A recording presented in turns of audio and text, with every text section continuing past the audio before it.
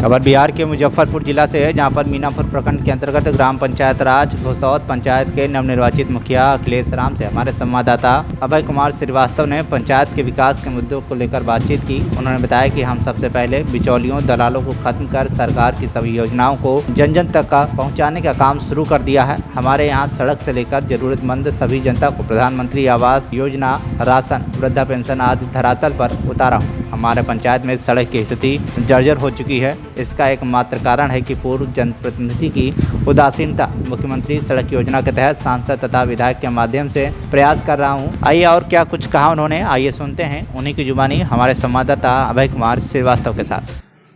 मुजफ्फरपुर जिला के मीनापुर प्रखंड अंतर्गत घसौत पंचायत में मैं आया हूँ और यहाँ के नवनिर्वाचित मुखिया हैं अखिलेश राम।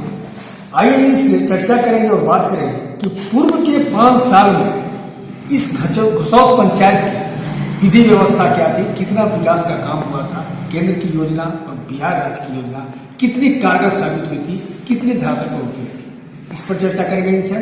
और ये कुछ दिन बीत चुके हैं, नवनिर्वाचित हुए हैं, जनता इन्हें कंप्लीट मैंडेट दी है, जिस आधार पर यहाँ के मुखिया पद ग्रहण किए हैं और मुखिया बने हैं। इनसे जानना चाहेंगे क्या इनकी इच्छा है और इन कुछ दिनों में इन्होंने क्या अपने ग्रामीणों के लिए सहयोग दिया है और कौन कौन योजना से इन्होंने लागू किया है। आइए इनसे बात करना चाहते हैं। पहले अपना पूरा परिचय दीजिए। मेरा नाम डॉक्टर अखिलेश राम है। हम ग्राम पंचायत राज घोसौत के नवनिर्वाचित मुखिया हैं।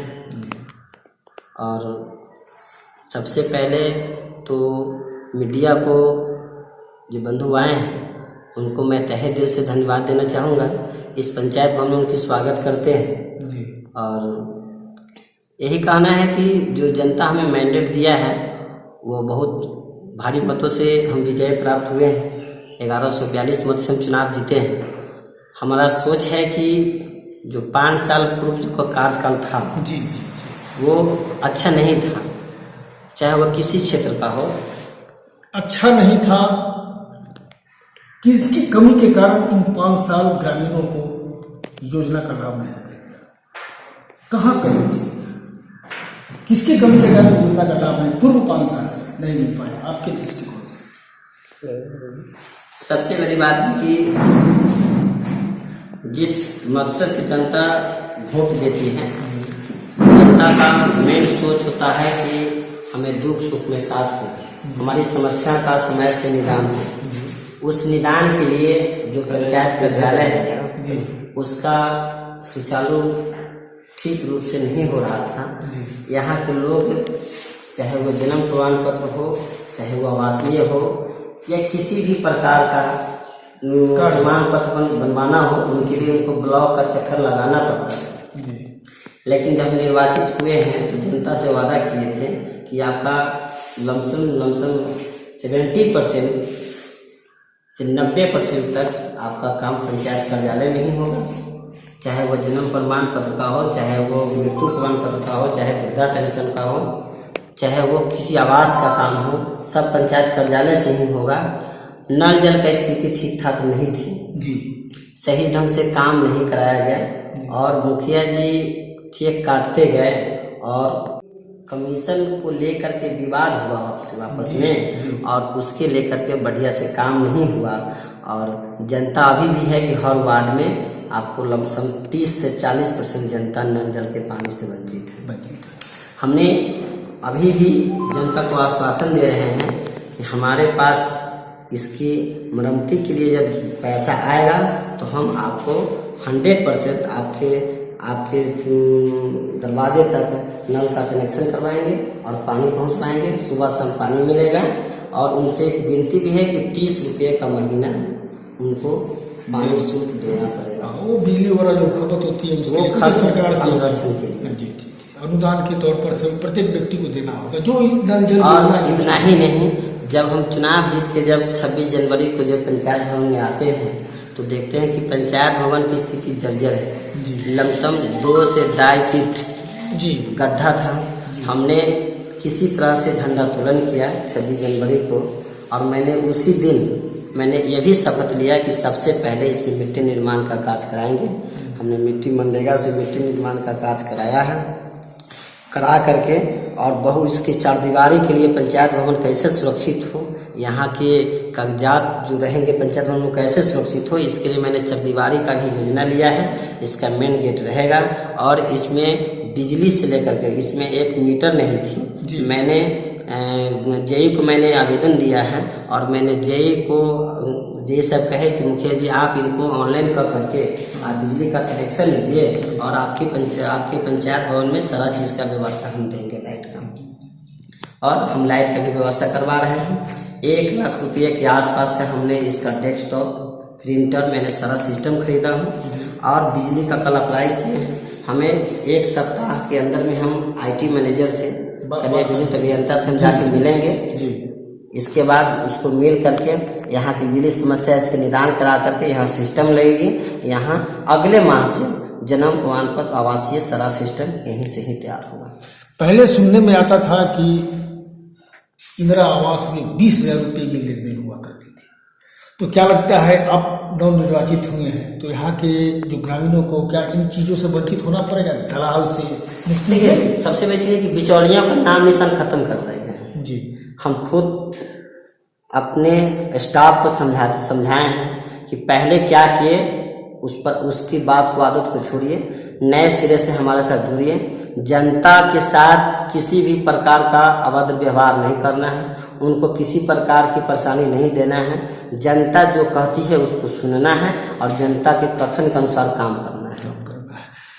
जैसे जनरली देखा सुना गया है कि जितने भी ग्रामीण हैं वो जो लाभुक को मिलना चाहिए योजना का, उसको ना मिल करके पक्के वाले को योजना का लाभ। मैंने इसके लेकर के पूर्व जो मुखिया जी थे जो जिसमें देख रहे थे कि जिनको 50 लाख का मकान है उनकी आवास की सूची में नाम थी, मैंने उस लिस्ट को रद्द कर दिया। सब तो मुखिया के अंदर में नहीं आता है। जो मुख्यमंत्री सड़क योजना है, जैसे आप बनघारा से घोसौद की रास्ता दरगाह के रास्ते से जो गुजरते हैं, बुरी हालत है, उससे अच्छा तो कच्ची में चलना है। मैंने 250-250 ग्राम का एक रोड़ा आपके ऊपर है और कितने गाड़ी वाले गिर गए, कितने दुर्घटना हुई, लेकिन अभी तक जो वर्तमान विधायक हैं उनको ये नज़र नहीं दिख रही है कि हम इसको मुख्यमंत्री ग्राम योजना में लेकर के इस सड़क को बनवाएं, है ना। और हमारे पंचायत का जो मुख्यमंत्री योजना का जो सड़क है वो काफ़ी चलने लायक नहीं है। हाँ, हम लोगों को चलने में काफ़ी परेशानी होती है। जर्जर क्या, बेहतर जर्जर अवस्था में, दयनीय अवस्था में। अगर आप रोड से गुजरिएगा तो आपको लगेगा कि पूरा धूल से आपका शरीर ढक गया। इस तरह का योजना जो है आप क्या करेंगे कि मैंने उच्च जनप्रतिनिधि से वार्ता करके इसका निर्माण करें? मैंने तो कई बार मैंने मन से भी मैंने संबोधित किया कि आप हमारे पंचायत को सौतेरा जैसे विधायक न व्यवहार करें, लेकिन फिर भी उस पर कोई अनसुनी है, कोई सुनवाई नहीं की गई है। अब 1 हफ्ता के अंदर में हम DM साहब को इस चीज़ को चिट्ठी लिख करके मैंने लिखित के आवेदन से मैंने मुआयना उनको कराएंगे कि आप आ करके मेरे पंचायत के रोड को देखिए, मुख्यमंत्री योजना का रोड है वो कहीं से ठीक नहीं है, चलने लायक नहीं है, जर्जर क्या दयनीय स्थिति है। स्वास्थ्य की क्या स्थिति है? देखिए मेरे यहाँ स्वास्थ्य विभाग की पहले स्थिति बहुत खराब थी। जब हम लोग निर्वाचित हुए तो हम और जिला परिषद जो हमारे 32 के हैं, हम लोग उनको मिल करके, हम लोग PSC प्रभारी से, सुप्रिटेंडेंट से मिल करके, सिविल सर्जन से मिल करके हम लोग इसकी शिकायत किए DM से। तो अभी 2 MBBS आकर के हमारे एडिशनल PSC हैं, इसमें बैठ रहे हैं और सुविधा दे रहे हैं, लेकिन उस हॉस्पिटल का भी स्थिति जर्जर है। उसकी जो दीवार, उसकी जो छत का जो प्लास्टर है वो किस समय डॉक्टर को भी इस चीज पर गिर जाएगा, किस समय डॉक्टर भी जख्मी हो जाएंगे, किस समय पेशेंट जख्मी हो जाएंगे, इसकी कोई ठीक नहीं है। सबकी जान की खतरा है। हम तो ये विनती करेंगे वर्तमान विधायक जी से कि आप इसकी भी योजना में ले करके आप हमसे तो सीनियर जनप्रतिनिधि हैं, आप इसको मरम्मती कार्य में लीजिए और इसको जीर्णोद्धार करा लीजिए।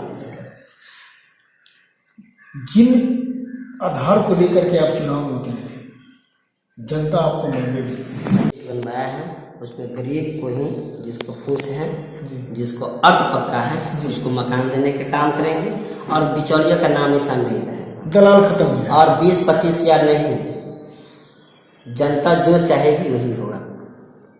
कहीं दलाल नहीं हो, दलाली खत्म हो जाएगी, बिल्कुल, तो दलाली बिचौलिया खत्म हो जाएगी तो ऑटोमेटिक जो योजना है वो धरातल तक ही पहुंचेगा। पहुंचेगी। अच्छा, जैसे आपका मीनापुर फ्लडेड एरिया है, तो कुछ तैयारी की है आप इस बार के लिए, कुछ मन में सोचा है आपने? हाँ, बाढ़ से प्रभावित रहती है जी। बाढ़ से प्रभावित रहती है तो हमने सीओ साहब को भी कहा कि सीओ साहब, जिस पंचायत के बीचों बीच बूढ़ी गंडक की धारा बहती हो, क्या वो भी पंचायत बाढ़ ग्रसित नहीं होगा? यह दुर्भाग्य की बात है। आपके सोच में बदलाव होना चाहिए। यहाँ लमसम 70% अनुसूचित जाति का पंचायत में बस्ती है और यहाँ जो लोग 7 नंबर वार्ड है, अब 11 नंबर वार्ड है, यहाँ जो वंचित हुआ था, आने वाला समय में हम बाढ़ की उसको घोषित कराएंगे और अनुदान हर पब्लिक को मिलेगा उसके।